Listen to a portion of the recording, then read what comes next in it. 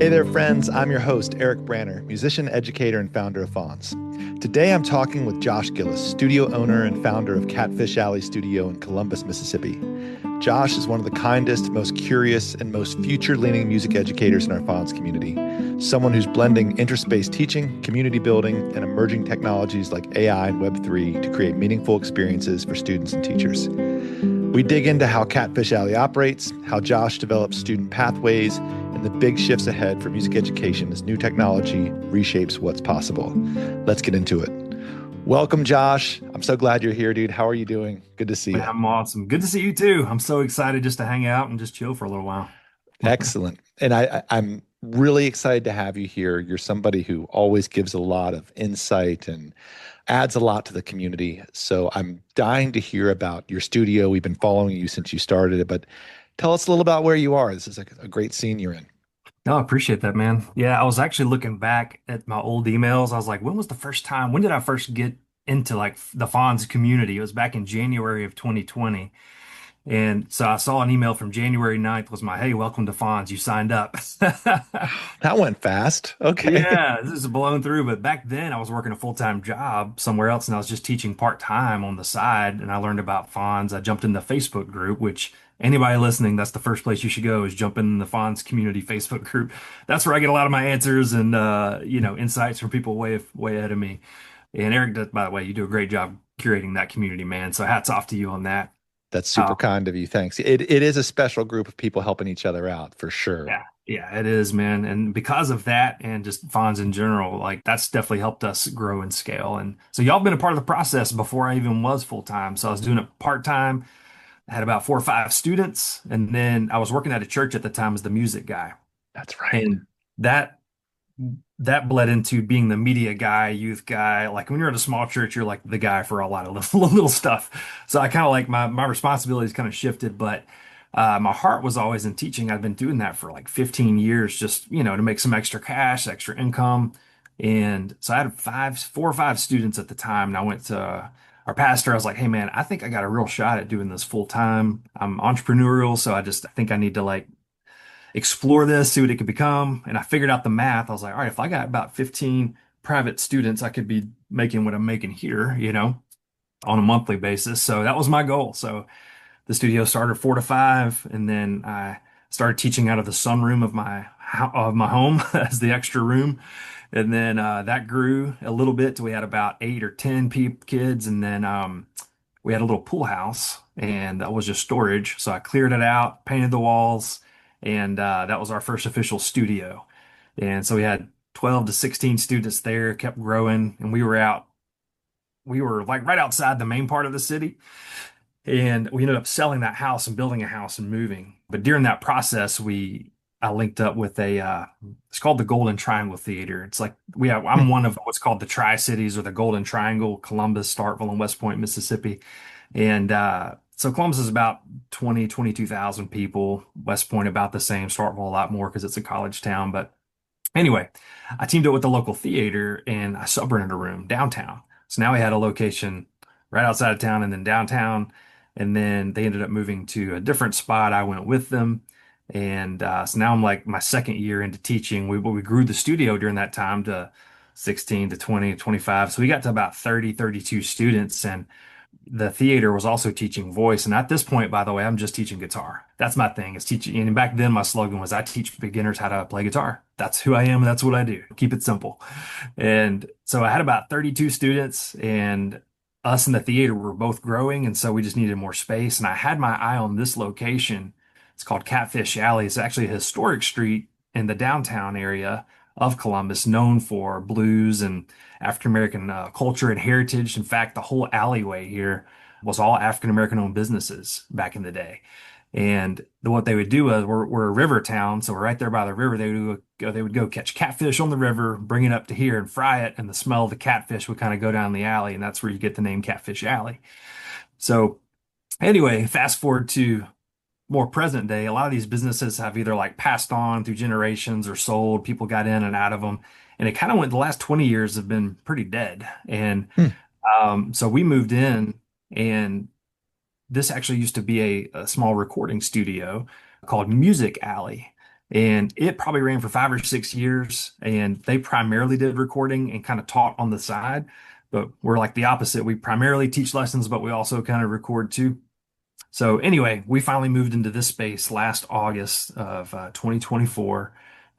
Remodeled that summer, moved in. So we've been here a little over almost a year and a half, and yeah, it's been working out great. So now we've grown the studio, and now I got a couple more teachers on board that teach piano and voice lessons and drums and things like that. So um, yeah, so now we offer a few more things. So we've grown a little bit more. We've got about 52 students right now, but we're on the journey to 500. So that's the whole journey is going from five out of my little sunroom to 500. And so that's kind of that's my goal is to kind of get that trajectory going. But yeah, that kind of brings us up to where we're at right now. Well, and before we jumped on and started recording, you took me on a tour and Mhm. showed me the space, and it's beautiful. And we'll put pictures of it when we post this. We'll share them. But it's an incredible spot, and it's Thank what you. you've done with it is amazing. And it's got a great story, and the area is great. It looks great from the street.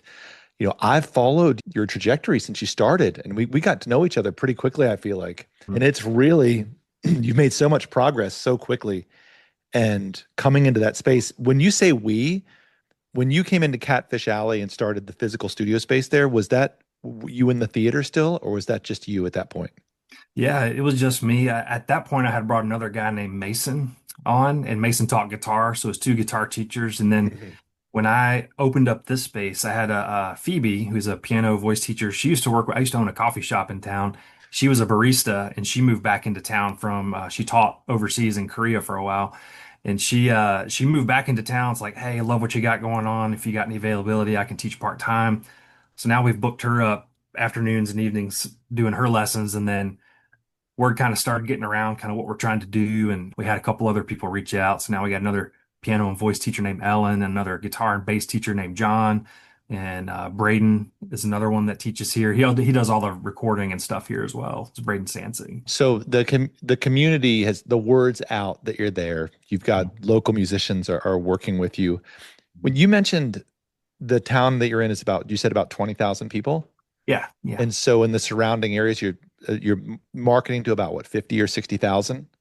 Does that Yeah, sound maybe a little about bit right? more. Yeah, Starkville, Mississippi is home of Mississippi State University. They probably got, I don't know, 15, 16,000 students there, Okay. just there. But yeah, so it's probably closer to maybe 100-ish. Altogether. Yeah. Got. And are there a lot of other similar type music programs around you? Are you finding or? Not really that I know of. Most of the people around here, like that have like a music shop, also teach, guitar lessons or whatever. There's a few private studios. In my particular town, there is another studio on the other side of town that does that, and they've been doing it for years and do a great job. I know the owner over there. I've actually jammed with him a little bit on the stage before, but yeah, so that they got a great thing going over there. But the way I'm looking at it is like, man, there's just so much opportunity to do other things, or we're doing things a little differently than your typical, studio, offering a lot of experiences for students and things like that. But there's nothing really like we're doing that I know of anyway in the area. Got it. Yeah, it seems really unique. And you'd mentioned that you're not just doing traditional like one-on-one lessons, you're offering experiences too. And I see you out playing at farmers markets. You're really, and I want to talk about this, you're really proactive about your social media. Like Yeah. you follow the best practices and you actually do them consistently. Yeah, talk to me about the experiences you all like to offer. Yeah, I appreciate that, man. That reminds me, talking about the consistency part is a big part of it. Every morning at 9 o'clock a.m., I get a reminder, and I don't know if you could even read it on there, but it says, well, you can't really read it because that's my wife there, but it went off this morning at 9. It says, make an offer, add value, or create an asset. And that's my daily checklist. And I got that from Frank Kern, who's a marketer. And I was listening to a podcast of his, and he's like, if you can do those three things consistently, you're gonna grow. And I like, so I took it to heart. I was like, all right, every day, is there some way that I'm going to make an offer of some kind, offer value of some kind, or create an asset? So this weekend, no joke, I'm a little tired right now because I spent about 8 hours, like after the kids go to bed and stuff, trying to create a PDF asset for my students of like 25 things on a Christmas list under $25 for guitarists. and then for pianoist. And so like trying to give parents value of I don't know what to get my kid. Well, here's a list for you, and here's the Amazon links, or take this as a list and go to your local music shop and shop there first. Like, Huh. here's something easy, tangible. So, but that's an example of an asset that's like it will bring value to the parents, but also be an asset. I can use this list for years to come and just update it as we go. So, anyway, but yeah, How them did you get trying that to. idea? You just thought, oh, it's that time because you're constantly spinning out these really good ideas, and I follow it. I'm like, you seem to just really, and that's something that I was really wanted to get to as quickly as possible. Is you have these interesting guiding principles that you end up doing. And what did you just say? You either create an offer, you create you add value, or you create an asset. Did I say that Yeah, right? yeah, yeah. So talk about, like, for the people who don't maybe know what that means. Walk us through that. What do you mean by create an offer? Yeah. So an offer can be a lot of different things. Like if you read Alex Hormozy is in the entrepreneur Sure. world, kind of a bigger name. I got his book up there called $100 Million Offers, right? He's Yep. creating an offer. And I got this next book called Money Models up there. And I've got Russell Brunson as a big marketer. I was in Yep. the ClickFunnels community for a little while. I got all three of his books up there on the bookshelf that talk about a lot of this stuff. So I got that idea from like let's see, what was the first one? So like make an offer. That was like a Russell Brunson the offer stack, get a hook story offer type thing. Yep. And that could be anything from, hey guys, like here's a fast little 5 second clip of a student playing guitar. And the next thing could be like, do you know someone who wants to learn guitar? It could be simple as that as an offer, right? Or it could be a formal, we do lessons at Catfish Alley. Here's our prices. Like I try to do as organically as possible to where we're attracting more than like advertising. So that's a thing that's sets us apart a little bit. We don't like run ads. We just tend to attract people that just see what we have going on, or like, I think my kid may want that. So that's an example of like doing little mini offers during the day, or if I don't Yeah. do any of that, Being visible. You're being yeah. visible, and you're telling this is because this is I'm talking about this because this is something that I feel really could be utilized more by a lot of people that are in the work we do who are really good, but they're not comfortable at saying, "Hey, this is what I'm doing. Mm, I'm here teaching guitar lessons, and I've got openings in my studios." What just saying out loud what that offers, I feel that might be the biggest thing, especially like whether it be the piano community or the guitar community. They don't want it. They have a hard time doing that. And mm, it's an offer. You're in business. In the book that I'm working on, I've been writing for a long time. I speak a lot about the offer because I feel like it's an area that's really uncomfortable for people. And you just have to get over it because you are literally in a business, you're building a business, and people need to hear about what you're doing. So I love that you mentioned that. And so that's why I wanted to push on that one a little bit. I saw that coming and I wanted to dive into it. And so, for instance, you're a piano teacher, and what, because one of the things that I think that I really like about what you do is you find creative ways to spin your offers and to talk about your offers, and you seem to play with that, mm, and you do different things without expecting them to succeed because you're doing a lot of things. I feel like you're somebody who does volume, right? yeah. And is that I feel like that's when you do it every day. I didn't know this was part of your everyday thing. I Mhm, just see it. I see you on social media. I'm like, oh, he's really visible. That's really cool. That mm, space looks amazing. And different things catch me in different ways that you post. mm. But consistency is kind of the key there, huh? It is, yeah. I think when one of my little, I don't have this written down, but like when I see that story thing dry up after 24 hours, that like that starts pricking at me. Get something up there. I don't care if it's a picture of my hand, like do something. And I think people get caught up on like, well, I don't have anything to say or I don't have anything to post. And I just reach back to Gary Vaynerchuk has been entrepreneur, been saying this for years, like document versus record. Record feels like you have to have this all special setup and the lighting has to be right, but like just document whatever you're doing in the moment. Like I woke up this morning, I had a donut. Click, like there's your picture. Hey, here's what I'm doing. Like I don't 80%, 80, really 90%, 95% personal, maybe 5% business, because we are going into the personal branding era, and I've experienced the self in myself, like going to Catfish Alley is not near as engaging from my business page as it is my personal one, even when business stuff. And it's like you got like if you don't have your own domain name like joshgillis.com or ericbrenner.com, like that, you need to go buy that like today. because that's where things are going. Like you are going to be the brand, whether you like it or not. Like Catfish Alley will be here, but like I will be the brand supporting Catfish Alley. People are not going to buy from Catfish Alley. They're going to buy from Josh, who happens to work at Catfish Alley. Like that's where things are going, it seems like. And so I'm trying to like everything I do now is going to be more geared toward thinking, all right, I'm the brand. Here's who I am. Here's what I offer. If you Mm. like it, awesome. If not, that's okay too. But at least you know what we got going on, you know? And so I don't know. That's some of my mentality space. So when I do these posts and stuff, a lot, just it's just my life. Here's what's going on. Here's who I am. And I think when you start building that know, like, and trust on a personal level, then it becomes the conversions come a lot easier because they feel like they already know you, you know?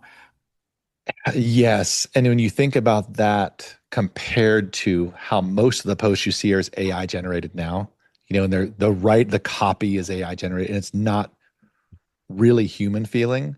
That when you have the term is founder led growth that you hear a lot of like in the startup space, which more and more it's the founder, the center of whatever organization they're building is becoming the real face of it. And you mentioned that it's personal branding.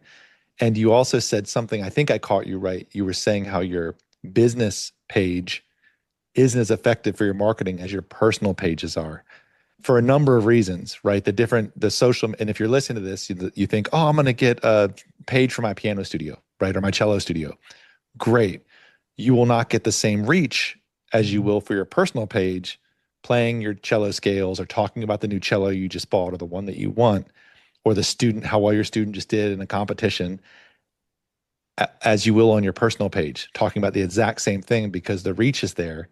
Right. And it might be and I agree.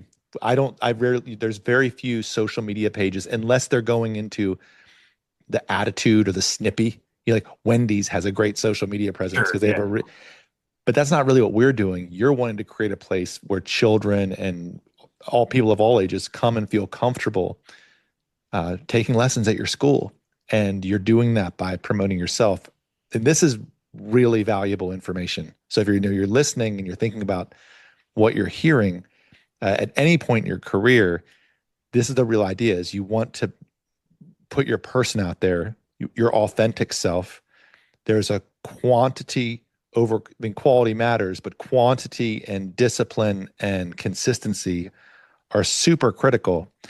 Honing those in along your offer, the value you offer, and then the third one, you talk about this ability to make assets. And you're doing one of those three things every day. This is your methodology, Yeah, that's the right? framework. You're right, right. And if I'm not, that's okay too. I'm not going to kill myself. But like this weekend was like 8 hours of crunching through some PDFs trying to make an asset for my parents. Like not Yeah. my parents, but my kids, like Yeah. the students' parents. Like saying, okay, I made a Christmas list. Here's 25 things that your student could get under $25 that would help them in music, or that'd just be cool, like a funny T-shirt. That kid who plays ukulele, there's a funny T-shirt I found that says this a big ukulele talking to a small one. It says, "Uke, I am your father." You know, so like funny stuff like that. It doesn't have to be anything fancy, but just give a parent a reason to be like, "Oh man, that's so helpful. I didn't know what to get my kid for Christmas," you know, but like that's an asset. And you're also demonstrating an understanding of knowing who your customer is. Mhm. The customer is the parent, whoever's paying you. You're giving them this piece of value that's like, wow, Josh just made my life better again, aside from all the, like he always does. He's thinking about us. And that's a really valuable, important piece of information too. You're creating this thing to help your customer, the person who's paying you, with a pain point, which is I don't know what to get my kid for Christmas. Mhm. Yeah. That's something that I remember Russell Brunson saying like earlier on. I got into ClickFunnels community around 2017, 18. But his little saying was, how can I provide value to my customers at the highest level? And so I even wrote it like on my board right over there. I literally have that on our little staff board. I say, how can we better serve our students? Question mark. Like that's the first thing at the top. Because that's what I want to be forefront of our mind. Like how can, and serving could be creating assets to the parents. It could be going the extra mile at a lesson, whatever that is. But like we are in service to our customers. So. And talk about that and how you relate to students. Like, and you as a teacher, not just as a business owner, how does that surface when you're with students or in lessons or thinking about how you're going to teach for the day? Yeah. So I think some of that comes in from just understanding each student as best you can. Like, all right, what are your needs? And we have like bumpers on the bowling alley as far as the things that we kind of teach and the methods we do that with. But at the same time, I want each person that teaches here to at least spend half the lesson. Like I hired you because you bring a lot of cool stuff to the table. Like, things that I don't even know. Like, I was not classically trained. I didn't go to school for music. I was just a guy who picked it up at ninth grade of high school, learned my favorite chords, and just taught myself whatever I wanted to learn from there. And that kind of became a career path. But I know these people that I'm bringing in know so much more than Mhm. me, and I want them to bring that to the table. So being of service to the students can mean pulling from that. It could be mean like getting a beginner guitar student up to where they're getting pretty good, where they need to go to the next level. I need to find them a better teacher than me. That is being of service, even if it means I don't get the student. It could mean one thing we're big on is like student-led learning to the degree of we want students to feel inspired. And a lot of times that's just learning your favorite song on the guitar, like very soon, within a couple of lessons, or learning the first chord or whatever that song is. It could be a top 40 song, it could be something out in left field.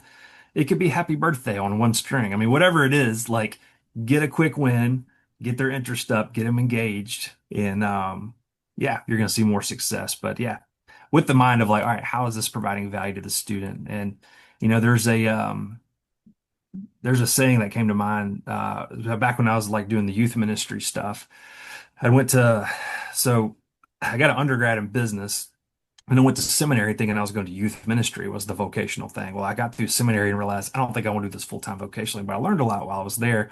And one of the classes I took, they were saying, well, what's the point of youth ministry? Like, youth ministry is not a teenage daycare center, even though a lot of them are treated like that. But the point is to become, in this setting, a spiritually mature adult. And so I kind of take that mentality into teaching. I'm like, all right, well, we want like musically mature adults eventually that are hungry, that they are self-taught. Like one of the biggest compliments you can get is like, hey, dude, I think I'm ready to fly out of the nest and like I can play on my own and teach myself now. I hate to lose you. You're awesome. We've invested so much, but for what reason? It's for this moment for you to be like, dude, I'm good. Like, thank you. And so I don't know. I don't know where my mind just Well, went, but that's no, I love that because I think what you're getting at too, what I always called it in my studio is a well-adjusted adult.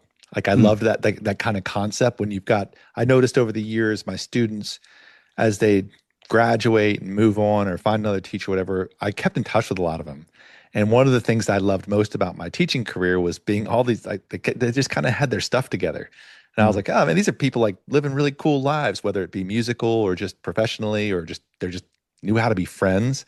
And I was like, oh, I'm kind of glad where I'm actually very grateful and glad that I got to be part of their journeys to become these well-adjusted, cultured, mm. creative, kind, impactful human beings in whatever they're doing. And that's what makes it all worth it.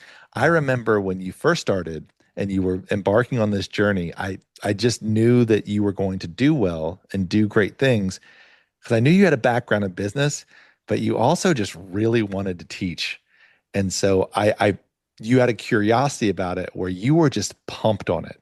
And it wasn't like you were going to teaching because something else fell through, like you did your gig, your touring gig or whatever, your stadium dreams. It was like you're like, oh, I'm really excited about spending time with people, building a community, uh, creating awesome human beings, teaching them music. And so I knew that the business piece, which we just leaned into quickly because I knew that was a big part of your makeup, was something that would help you take off. But the real thing underneath was you had this core of really just actually wanting to do it, right? And being Yeah. excited to do it. And you can sense that walking through your school and seeing the different spaces.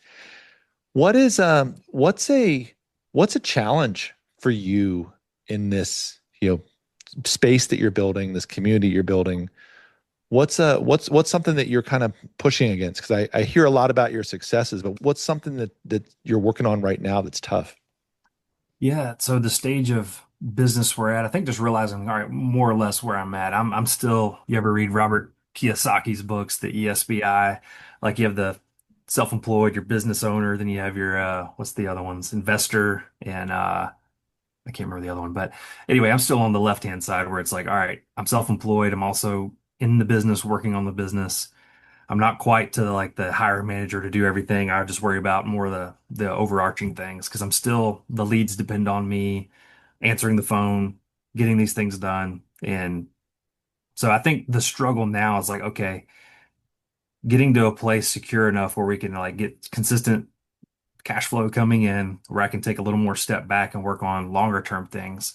I think one thing, by the way, is just like deciding that this is what you want to do. Because I'm notorious for jumping around. I've owned a coffee shop before. I used to own a Yeah. yard service thing. Like I've done a lot of things over the course of my like career, but I don't even really I did work at a paint store for 10 years. That's the longest stint I've done at anything. But even then I was doing little side hustles along the way. But I think once I realized and started having, we got three little kids, three girls, age 6.5 and under, and Oh, wow. I'm I just realized that, all right, if we're going to raise these kids in this town, I want to make it the best possible thing I can do. Then I really need to stop and dig my heels into the community and what we're doing here. And I think once that decision was made, said, okay, for the next foreseeable 20 years, I'm going to dig my heels in, make investments long term. And by that, I mean, like, for the Catfish Alley domain, it doesn't say I have Catfish Alley Studio, but also have catfishalley.com because that's a broader catch-all between what I can see this area becoming. And Oh, not just a studio, but a cool thing for Columbus that brings in like we could be a stop on the visitors and stuff like that and selling t-shirts and stuff. Like it could become something like that and getting trademarks and stuff, doing a lot of the back, behind the scenes stuff that I'm like, I'm making serious investments in doing this stuff because I could see a path forward there. And we don't have the space for it yet, but like I know that's okay. I know like to get to 500, we're gonna have to bust through this wall and buy the building next to us. If that ever even happens, I don't know. We may have to move. Like I don't know how it's gonna happen, but like I can see it in a way. and you're Anyway, saying you see the goal of Catfish Alley to try to get to 500 students. That's your that's the goal you have kind of envisioned for yourself. When do you want to do that by? that is a great question. So I think realistically, it could probably be. I think we could get there now that we're here and we're getting roots. It could happen in 2 to 3 years. I mean, we're only at 52 right now. That's quite a jump, but I think we're getting the systems in place. We need the space available, so that's the big thing to do it. But I think it is possible. I would give myself 3 years probably. I think we could probably do it in 3 years, but maybe sooner. I've heard of studios. You've probably interviewed people on here that have done it way quicker than that, but so it's doable. Yeah, I think it really depends on the area, on the demographic, the population, competition. Those things are all those are all considerations. But what's really fun is you have this goal of serving 500 students. And there's so many different ways that what that can mean. Just in the tour that I took around your studio, I mean, you have a podcasting studio that you were saying other people come in and use. You've got this beautiful jam space. You've got the building was a recording studio before. It's got the great. It looks like it's got this isolation booth or recording booth and an actual recording, studio window. Are you exploring things such as camps or group classes or ensembles as a way to bring more people in? Yeah, so we just hired a girl who specializes in group classes for piano and voice, and Hmm. so we're looking into more of that. I did some Michael Gumley. I think you have interviewed him. I haven't, but I Oh, know maybe him. not. Okay, so he does group guitar stuff, and so Hmm. I did some coaching with him a year or two ago. Learned how to do more of that for guitar stuff, but yeah, so we want to offer more group classes. We do have some group, but it's only like 2 to 3 kids. For our space, we could probably fit four in a group max, which is probably all I want for like Yep. 6 year olds on guitars or whatever. But anyway, that's what we could do in the space we have here, but it does have potential to grow. But yes, that we're looking at next year, maybe even trying some mommy and me daycare things where, moms with little 2, 3 year olds that are just looking for some fun stuff to do with their kid throughout the day. Like they can bring them here, do music class once a week. We're looking at partnering possibly with our public library. Like we've done some fun events. We have a beloved, not mascot, but like we call her Mother Goose, who's been around since I was a kid. Oh, And wow. she always gets together all the kids and reads like kid stories and does fun little songs and stuff at the library. And so just a couple months ago, me and one of my students I took with me, and went and did a couple songs at the library with Mother Goose, and so anyway, but yeah, stuff like that could be a potential. Of course, there's always the online route. Everything, we don't have any current online students. I did have several before I jumped into this building space. That could be another avenue, getting more online presence, doing that. So yeah, we've got some ideas and potential. Oh yeah, in the podcast space you mentioned, we got we got four teaching rooms in here, but one in the very back. You can teach in there, but also it's a multimedia space is what we turned it into. We set up a table, some mics, some lighting, and a little Mac Mini back there, and that's where we record other people's podcasts. So we've got we opened it up in March, and we said, hey, we're looking for five people who've got something to say. They want to record their first or next podcast. The first five get a discount. And so we run it like a monthly subscription, just like we do our students. Oh, And the subscription-based model on Fons is amazing. It just does all the thinking for you. That's why I love it. But so we do the same thing. We say pay once a month. You get four 45-minute slots to record your podcast here at a flat rate. And we just schedule a time every week. But if you do need to reschedule for a guest or whatever, just let us know. interesting. Schedule it like that. So we do a flat monthly rate. They get four slots. Or if they want to stack them all together, we got one guy that does four in a row just because he's like, I'm inviting them all in. We're going to go at 10, 11, 12, 1, knock them all out. Yeah. That's fine too, however you want to do it. And but we can either just get the raw file up in a Google Drive, or if you want us to edit it, do all that stuff, then we can do it too. I just sub it out to Braden here that does all that. And I love interesting uses of space. I haven't heard of someone doing that. And I think that's a great idea because it just has more people talking about what it is you're doing. And I knew when I asked you, oh, how are you going to, what's the thing what's your growth mechanism? I knew you were going to have 500 things you were thinking about because I know I've been around you long enough to know how you spin things up.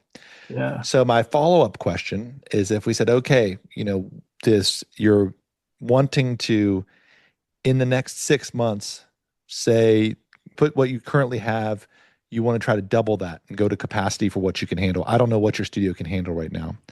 What are your top of funnel? And I know that you're answering the phones, you're doing the marketing. Where do most of your students come from? Like, where are you? And you're kind of a small, medium-sized town in this great location, this great space, building a really active community. Where do you see your leads coming in from that are, the most effective? Yeah, most of ours, either from word of mouth or Facebook, that's our primary platform because that's the one I'm most active on. I don't know if it's because I'm 41 years old, like that's just what I use now, Hmm. or what, but that's where most of our students' parents hang out and see stuff going on and be like, oh yeah, I saw this that y'all had going on there, just want to call and check it out or whatever, or it's just word of mouth, or it's just us showing up to events and doing things in front of people. And that's, one thing you mentioned earlier about getting experiences for students. Like that's one of our core values is getting kids out in front of people doing things that they may have never done before. Because when I was like 7 or 8 years old and I took piano lessons, I had to get on my little Sunday best, dress up thing and get up there to the piano and play my little piece and everyone clap and go sit back down. I hated that. Yeah, Made me, me too. one, I'm an introvert, but secondly, I was just like, this is just not me, man. So I decided whenever I did the going full time into this, I'm like, we're not gonna have recitals. We're gonna have concerts. Yeah. And so that's what we call them. Like coming up in Christmas in about a month from this recording, where we got our Christmas concert and we're gonna do little shows and make kids feel like they're rock stars up there, things like that, which are, by the way, ideas that I didn't even come up with. That's like from you and Rob Hampton, like from back in Yeah. the day, talking about that. And I was just like, "Oh, I'm gonna keep that in mind. That's a great idea, and just make them feel like little rock stars up there. Yeah, I think there's huge value in doing things that are fun for you too, Yeah. right? And being human yourself and being engaged and doing things that you think are interesting. And remember being like, well, I'm sure some kids love that format for recitals that you were Mhm. talking about. You and I did not when we were young. So therefore, that wasn't how our recitals were going to work or look when we were older doing our thing. So you also mentioned that Facebook was where you get the most activity from social. And I think people kind of sleep on it a little bit because there's obviously such a stigma against it. They want to maybe think more Instagram, but in a lot of locations, Facebook is still the most active because people are really using it for marketplace. It's really effective for groups. It's really good for like smaller communities and neighborhoods.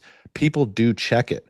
So it's actually a surface that I think might, as social media goes, in a local area that you're trying to target, I think you're right. It's often the most powerful one there is. Would you agree with that?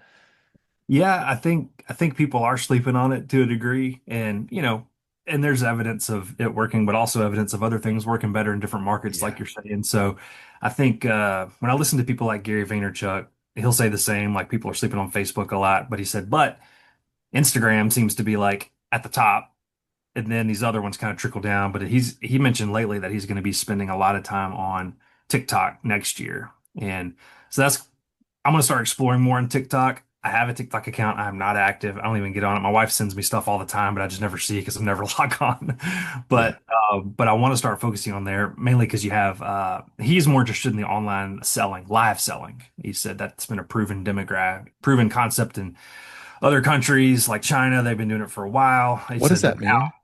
okay, so like TikTok Shop Live or Whatnot is an app that a lot of people are using now. It's just live. It's like live eBay. I've got anything I want to sell. I've got these Catfish Alley koozies. I'm going to list them up for $5 on here, and all you got to do is swipe your thumb and buy it. And I'm just going to throw this in a box and send it to you. That's becoming a big thing, and that's another thing I actually thought about using the studio space for as a studio for online selling. I did my first Whatnot show like a couple months ago, and I had a box of old videotapes. I was just like, Okay. I'm just gonna see what happens.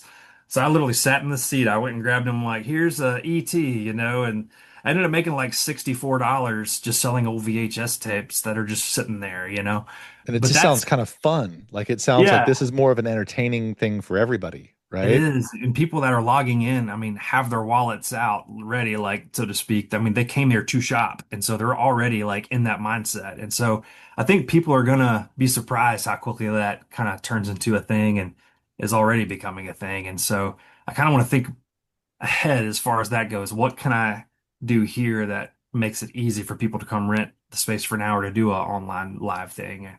And, so I've invested in like a little label printer for shipping and stuff like that. Like I've got a few Mhm. things like that, but like like you said, I try a lot of things. Maybe they'll stick, maybe they won't, and I'll end up having to sell that thing later. I don't know, but I'm willing to try it. But this is just no, and this is one of the reasons I really wanted to have you on because I think you know yourself well. And the real thing is you try a lot of things. You're curious, you give it a shot, you do research, and then you see if it works for you. And if it does, great. If it doesn't, that's great too. But I think that actually just feeds the makeup of who you are as a person, which is Yeah, twofold. Like one, you love being around, you said you were an introvert, but so, I didn't pick up on that, but you love being around like your students. You love teaching. You love running this space but you also really enjoy the business side of it. Like every time we've ever talked, that's where our conversations have gone. Whether we've talked about emerging technologies or different marketing books because we have a similar bookshelf of business books that we like to read. That's what it's really about. Because maybe you're listening to this, and you're like, this all sounds like awful to me. I'm not into this, and you're like, that's okay. Maybe the thing you're really into is esoteric 20th century classical harp music and you just right. like playing it all day long. Well, you can still have those practice sessions all over Instagram and TikTok and Facebook and be like, yes, by the way, I teach. And that's how you can drive traffic. It's the same mechanism, but I think it's really important. The three pieces, the founder led branding, what I call founder led growth. You're the Mm. center of the company, positioning yourself and presenting yourself as a human being. This is what I like to do. I'm curious about this. I do these different things all the time. I love teaching. Mark and having a discipline about how you create content and offers and value. You can apply this in a myriad of different ways. You don't have to do exactly what you're talking about. But the great thing as the more and more of these interviews that I get to do, the more I see this connection that everybody's got these things that work, two or three things that they've kind of put at different points in their career that have been the thing for them. And they've all had the through line of being curious, really loving what they're doing, being passionate about it, being purpose driven. Mm. And it works. It always works and it never looks the same. So that's the thing that I hopefully when you're listening, this it's piquing your curiosity to say, oh, yeah, this might be a great way for me to get my 20th century atonal harp music out into the world, right? I need to do this consistently. Like every day at 9 a.m., you can do one of those three things, which is you can create your, I'm just going to keep saying it. So I remember create your offer.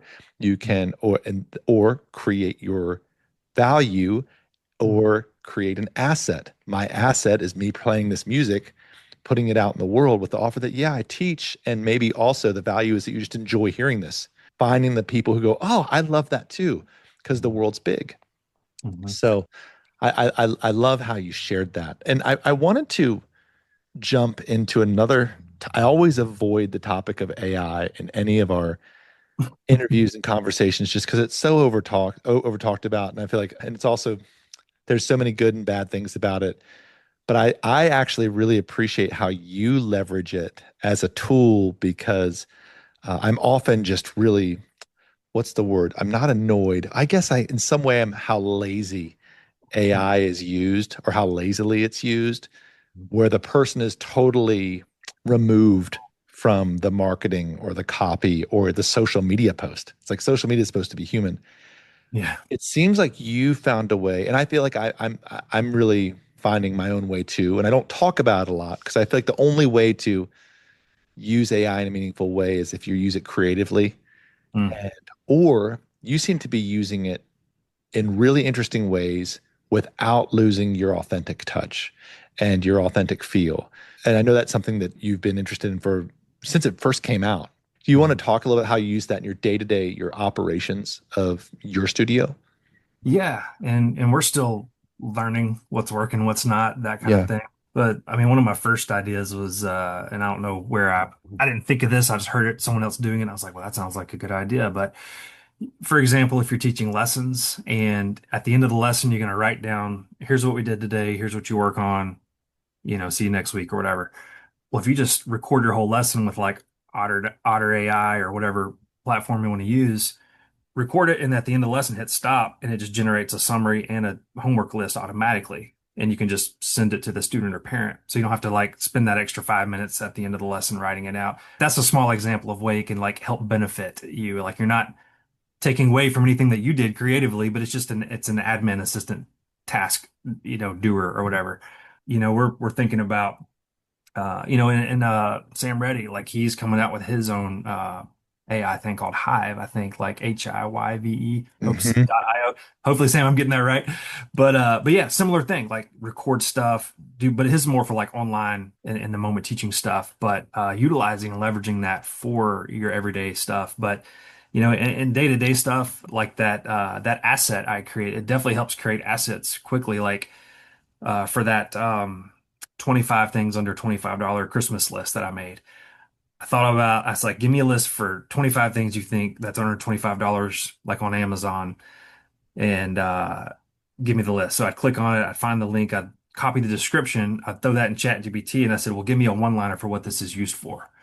And so GPT would take that big description, condense it down to a one-liner. That way I can give the parent what it is, what it does, and then like the price and whatever. But because the parent's not going to know like what's a symbol felt holder or whatever, like so like they're like, well, what does this even do? So I just, used AI to help me say, okay, for a parent who has no clue what this item is, here's what it is and here's what it does. So that's another example of help creating your assets. I'm still the one behind the computer doing all this stuff, but or you could, get creative and I'm sure get GPT to write whatever you wanted. But that's the ways that we kind of are using it. And so I think, even recording this meeting and stuff like that, I had an AI assistant come up and it would just give you a summary. And I think, but a lot of this stuff is already integrated into things like Zoom, I think already does this Yep. kind of stuff. You just don't know it. And so the way people like Gary Vaynerchuk say it are like, look, don't worry about you flocking to AI. Like AI is coming to you, not in a scary way. It's just going to be integrated into stuff that you're doing anyway.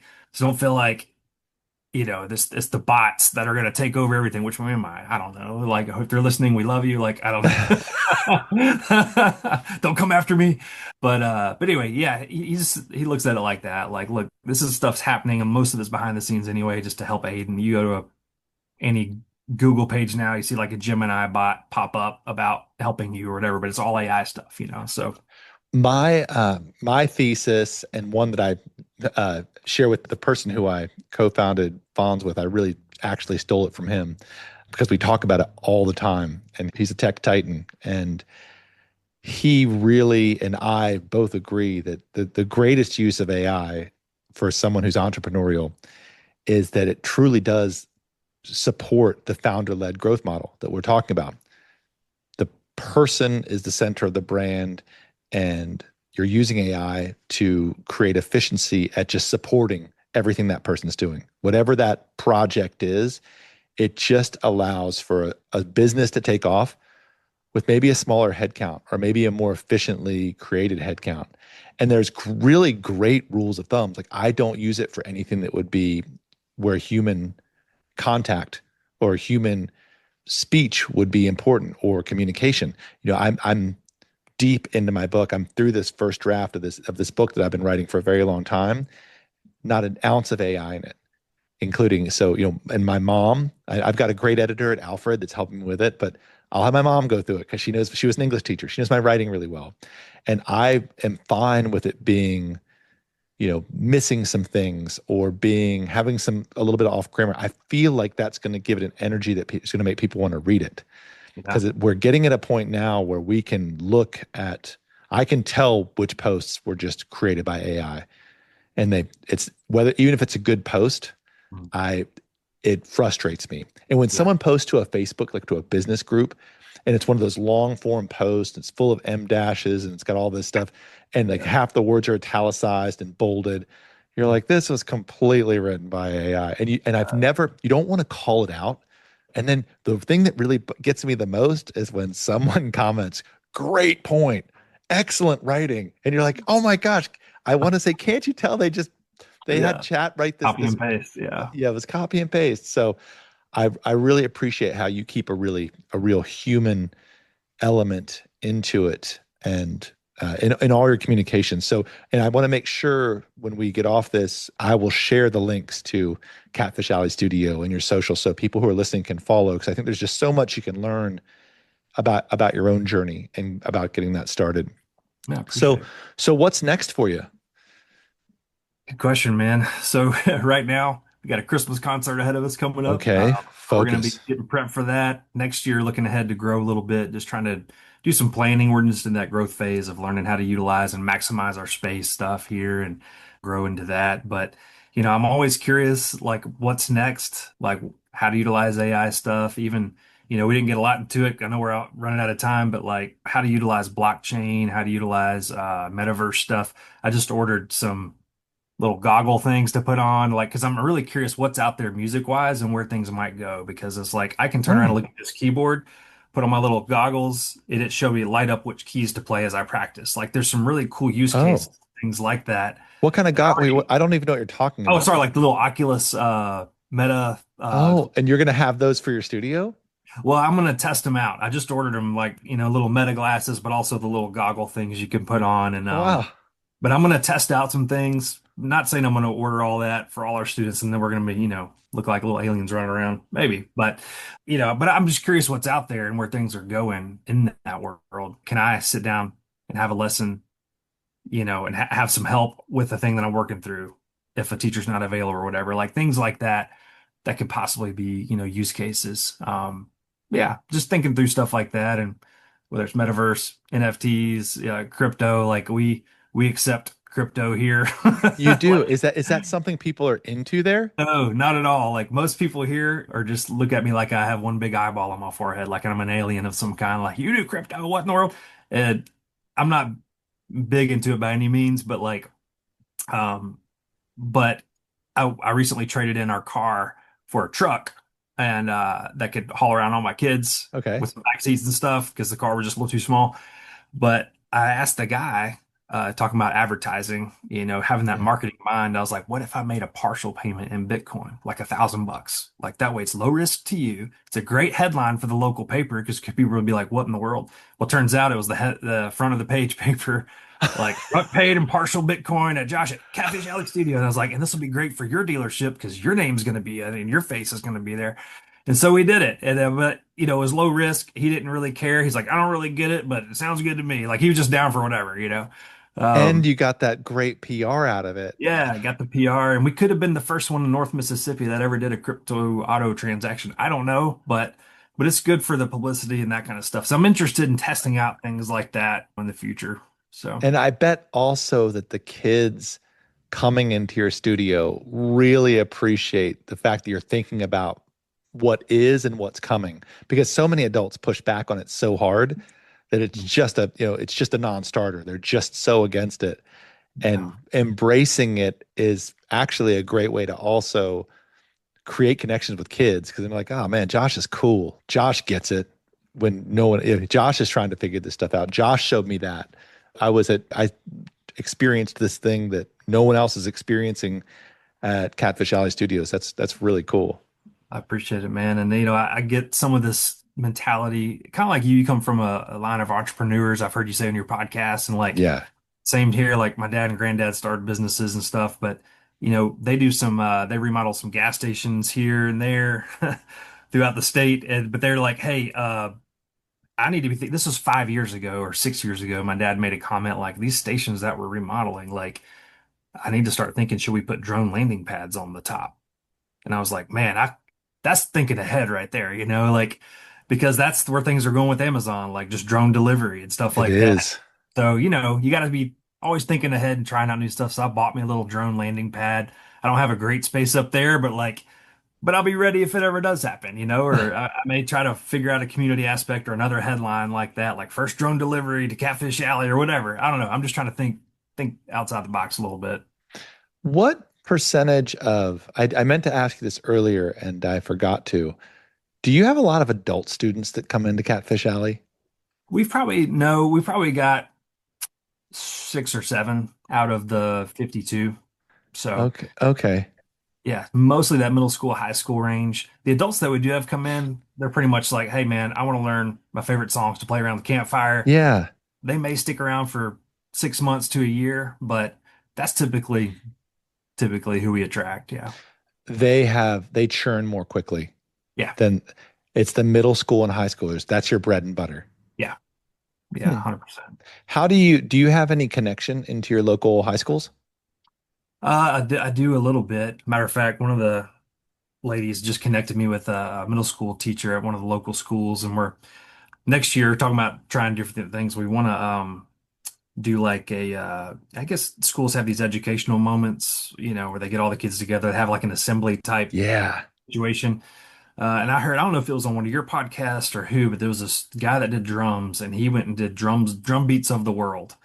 And that was his thing. He went there, did different drum beats, gave sticks to the kids, and they started beating around the drums. And he said he got like 30 kids signed up for his like, over the course of months, like from that event. And I was like, dang, I got to start doing that. Like, here's music of the world, like, or like blues of the generations or whatever, like whatever it is, like get into these classes and do that.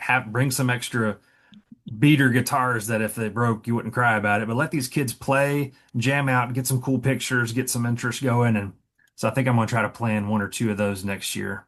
Yeah, I was curious just because, and you mentioned it, there's such a blues vibe to where you are.